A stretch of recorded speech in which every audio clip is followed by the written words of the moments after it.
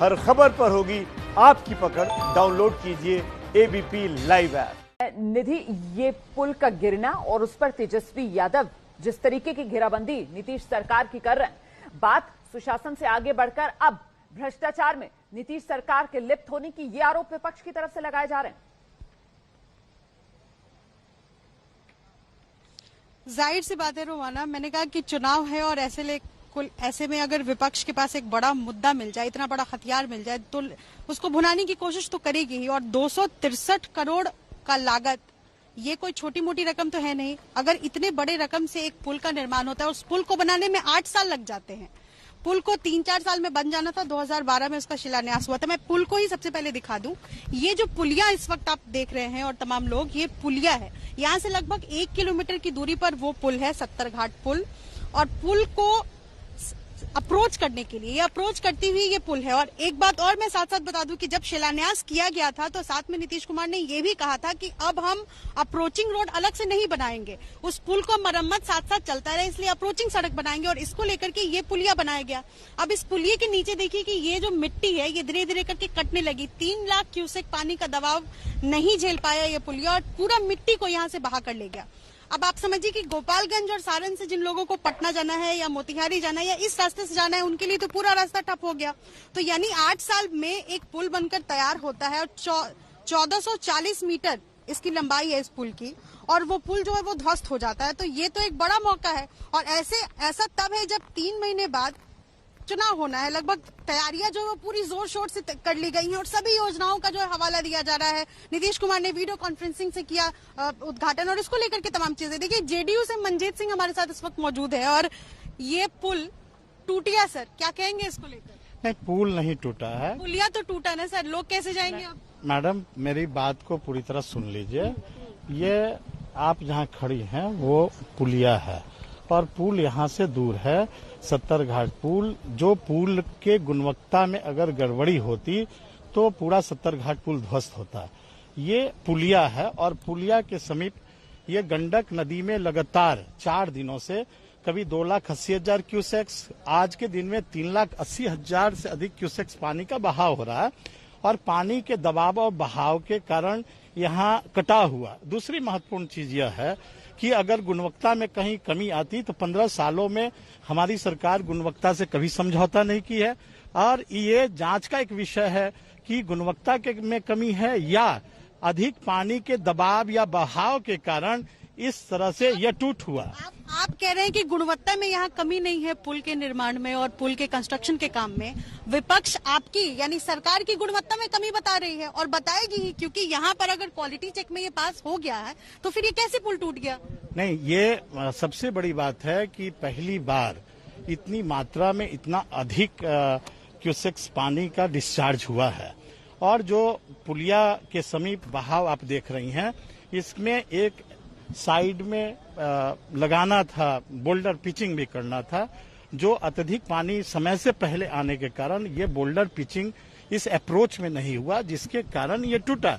लेकिन सरकार की योजना थी कि जितने भी पानी का बहाव इस तरह के रिसाव हो रहे हैं, कटाव की स्थिति है, उन जगहों पर हम बोल्डर पिचिंग करके हम तमाम जगहों को हम सुरक्षित करेंगे। जी, ये बताइए कि ये इलाके में आपको चुनाव लड़ना है, जनता आपके आसपास है, आपको जाना है पटना, इसी पुल के रास्ते से आप जाते पटना, आपको विधायक का चुनाव लड़ना है, कैसे जाएंगे आप? अब तो पुल टूट गया। नहीं, देखिए, 2 महत्वपूर्ण पुल इसी नीतीश कुमार के सरकार में बना। एक 70 घाट पुल और यहाँ से ठीक सामने बंगड़ा घाट पुल। आजादी के बाद इस सरकार ने ही पुल बनाई है। और आप भी जानती हैं कि कोशी के भी त्रासदी में इस तरह की पहले घटना घट चुकी हैं। और प्राकृतिक से कौन लड़ सकता है? और इस प्राकृतिक में इतने अधिक मात्रा में पानी का जो डिस्चार्ज हो रहा है, कहीं भी कुछ भी संभव है। लेकिन हमारी सरकार गुणवत्ता से समझौता नहीं कर सकती है। यह सरकार निश्चित रूप से जांच कराएगी कि गुणवत्ता के कमी के कारण या अधिक पानी का बहाव डिस्चार्ज होने के कारण इस तरह का कटाव हुआ है। हम लोगों की सरकार कभी इस तरह की गुणवत्ता से समझौता नहीं कर सकती है। यहाँ के लोगों से पूछती हूँ, ये लोग यहाँ पर खड़े हैं, सबके हाथ में मोबाइल है, ये बताइए आप लोगों को क्या लग रहा है, ये जो पुल टूटा इसमें गुणवत्ता में, मंजीत साहब कह रहे हैं कि हमारी सरकार जो है वो गुणवत्ता में कोई भी कोताही नहीं बरतती है। आप लोगों ने इस तरीके की तस्वीर पहले देखी थी? जी जी ना, ऐसे तस्वीर हम लोग पहले नहीं देखे थे। 14 तारीख को ऐसे हम वीडियो बना करके एक ठो 5 बजे शाम को डाले थे कि इस प्रशासन जल्दी से जल्दी कार्य करे और नहीं तो ये पुल ध्वस्त हो सकता है। 14 को हम 5 बजे डाले और 15 को 3 बजे ये पुल ध्वस्त हो जाता है। इस प्रशासन अगर कान किया होता तो ये पुल ध्वस्त नहीं होता। ये मैं शासन प्रशासन का दोष कहूंगा। ये जांच का विषय है। इतना बड़ी लागत का पुल बना हुआ है और ये ध्वस्त हो गया है, तो इस पर गहन जांच कराया जाए और बड़ी पैमाने पर जांच का काम किया जाए। देखिए, ये वो तमाम लोग हैं और लोगों के लिए ही तो काम हो रहा है और मंजीत जी यहीं पर खड़े हैं यहाँ पर अब रोमाना, और तस्वीर बिल्कुल साफ है। ये कह रहे हैं कि गुणवत्ता में कोई कमी नहीं है, तो गुणवत्ता में कमी नहीं, चलिए मान लिया पुल नहीं टूटा, लेकिन पुल पर जाएंगे कैसे लोग? नहीं, बात ये है कहने सुनने की तो यहाँ नौबत ही नहीं आ रही है ना। यहाँ तो जो तस्वीर है वो अपने आप में सब कुछ बयां कर रही है। ये सुशासन की पोल खोल रही है, क्योंकि पुल की लागत 263 करोड़ से ज्यादा। पुल बनने में लग गए 8 साल, लेकिन पुल ढहने में 1 महीना भी नहीं हुआ है। अभी उद्घाटन किया था 16 जून को और 29 दिन के भीतर पुल जो है वो ढह गया। अच्छा, बिहार में ही बागमती नदी में बाढ़ से त्राहिमाम है। मुजफ्फरपुर के कई इलाके इस समय बाढ़ के पानी में डूबे हुए हैं। कई गांव का सड़क संपर्क टूट गया है। लोगों को नाव का सहारा लेना पड़ रहा है। दिखाते हैं आपको एबीपी न्यूज संवाददाता प्रकाश कुमार की रिपोर्ट। हम इस वक्त मुजफ्फरपुर जिले के कटरा प्रखंड में भवानीपुर गांव में हैं और एक शख्स हैं जो हमें बताएंगे कि जब हर साल यहां बाढ़ आती है तो कितनी मुश्किलें होती हैं और कैसे जीवन गुजारते हैं। आपने अपने जीवन काल में कितने बाढ़ देखे हैं? क्या हर साल इसी तरह से बाढ़ आती है? जी सर, इस बार तो कुछ कम है, इसके अधिक भी जाकर पानी यहाँ पर बाहर जांग पानी पर चलता था। साथ जाकर से हम लोगों को जाकर वो भी बांध टूट जाता था, कहीं पर आने जाकर असुविधा होता था। तो इस बार लाचारी होके ये नाव जाकर खरीदे हैं। कितने में नाव खरीदे? नाव खरीदे हैं करीब 23,000 में। ये बड़ी अजीब विडंबना है कि लोग अक्सर अपने घर में स्कूटर खरीदते हैं, मोटरसाइकिल खरीदते हैं, 4 पहिया गाड़ी खरीदते हैं, लेकिन ये इस बार नाव ही खरीद लिए क्योंकि हर साल झंझट होता था। अच्छा, ये जो काफी पानी में तेज धार है, इससे बचने के लिए आप लोग कैसे बच्चों को सिखाते हैं ताकि इस पानी में बाढ़ में डूबने से बचे? सर, इसके लिए हम लोग ये कहते हैं कि पहले अगला पैर अगर आप लोग को स्थिर हो जाए तो पिछला पैर उठाइए।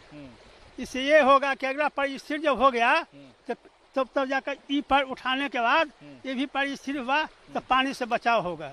अच्छा, क्या होता है इस बांध नहीं बंधे, इसके लिए कितनी लड़ाई हुई है? काफी लड़ाई हुई है यहाँ बांध नहीं बंधाने के लिए। बांध आने से जो है बांध आने से बहुत क्षति होता है और साल लगभग 10 साल से हम जो देख रहे हैं काफी गंभीर स्थिति रहता है हमारे गांव में। बस ये आप बताइए। बांध आने के बाद जो है ना, ये जगह भी खंडहर हो जाएगा। यहाँ गुरहन वगैरह जंगल हो जाएगा, यहाँ जंगली जानवर भी बस जाएंगे, ग्रामीण को यहाँ रहने में मुश्किल हो जाएगा। इसलिए आप लोग चाहते हैं कि बांध नहीं बंधाना। बांध नहीं होने की वजह से भी तो आप लोग का नुकसान होता है खेत में फसल। इससे पहले हम लोग इतना नुकसान नहीं होता था। पहले तो बाढ़ आता था, पानी बह जाता था, हम लोग धान की खेती भी करते थे, लेकिन धान भी नहीं होता है। अब कुछ भी नहीं हो रहा। धान भी हो जाता था, हर फसल तैयार हो जाता था। लेकिन बांध का जब पानी का रुख जब बंद कर दिया गया है, सामने में लिया है, इसीलिए ये दशा है। नहीं तो पहले इस तरह की परिस्थिति नहीं थी।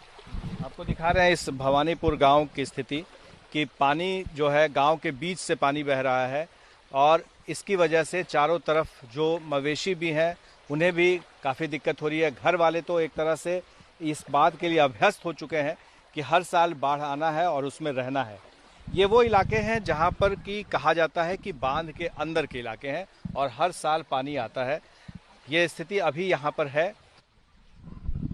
जिनके पास नाव की सुविधा है वो तो थोड़ा बहुत सुकून में होते हैं, बाजार से कुछ सामान भी ले आते हैं, लेकिन जिनके पास नाव नहीं है वो दूसरे का मुंह निहारते रहते हैं कि उन्हें कोई कहीं से मदद मिले, तब जाकर के उनके घर में राशन पानी आए और चूल्हा जले। बाढ़ में हर साल इस इलाके की स्थिति यही है। इस इलाके में जो प्रखंड है इसमें करीब 25 पंचायत हैं और हर गांव का यही हाल है। हमारे सहयोगी अभिषेक और विशाल के साथ प्रकाश कुमार, एबीपी न्यूज मुजफ्फरपुर। 22 पंचायत।